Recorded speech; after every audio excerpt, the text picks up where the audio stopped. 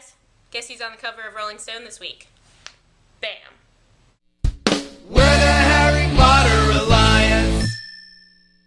So that was my Hunger Games mention for the week. So, Lauren and Julian, I was going back and looking at your videos because I hadn't watched them for this week yet, and they were really awesome. And one thing in particular I wanted to talk about was what Lauren talked about on her Friday video, which was about how Netflix streaming and smart TVs and like on-demand TV watching enables fandoms to grow faster and stronger as opposed to traditional TV watching, which is once a week for however long it's on. Sometimes TV shows like to take breaks, and I'm not in favor of that. What I really liked was how she talked about how Netflix streaming would make fandoms grow faster, because that is what I've personally seen with my own experience. When it comes to Doctor Who, Merlin, Supernatural, all of these shows I have watched consecutively, season to season to season on Netflix. I am much more invested in those fandoms than I am,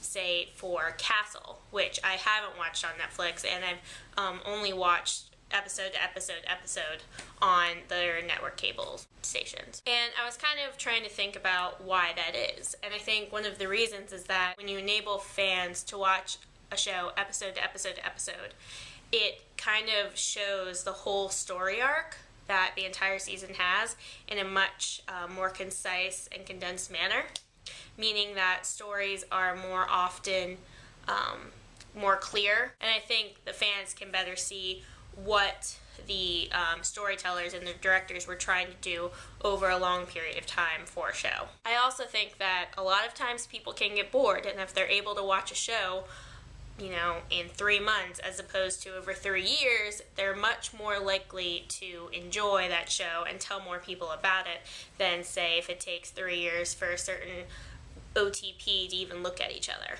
Just saying. But I don't think it's just Netflix streaming that makes fandoms grow. One thing in particular I've seen is that social networking sites and fan fiction have a huge role in these fandoms, and especially Tumblr. And the reason why I'm bringing up Tumblr is because I think that Tumblr is one of the main reasons why fandoms become so strong. That is from the gift sets, that's from the quotations that they put on, that's from the discussions they have just through the different television shows. You know, you pay attention when you're watching the show, but other people are seeing different things than you are, and then they put it up on Tumblr and you go and you see it. You see a quote that you didn't really catch before, and it's beautiful, and it kind of makes you think more about the show. It makes you think more complexly. It makes you think deeper about the show's meaning and creates a deeper bond with it. It also allows you to connect with the show when it's off season. Sherlock fans, like, we get 3 episodes a year and that's it.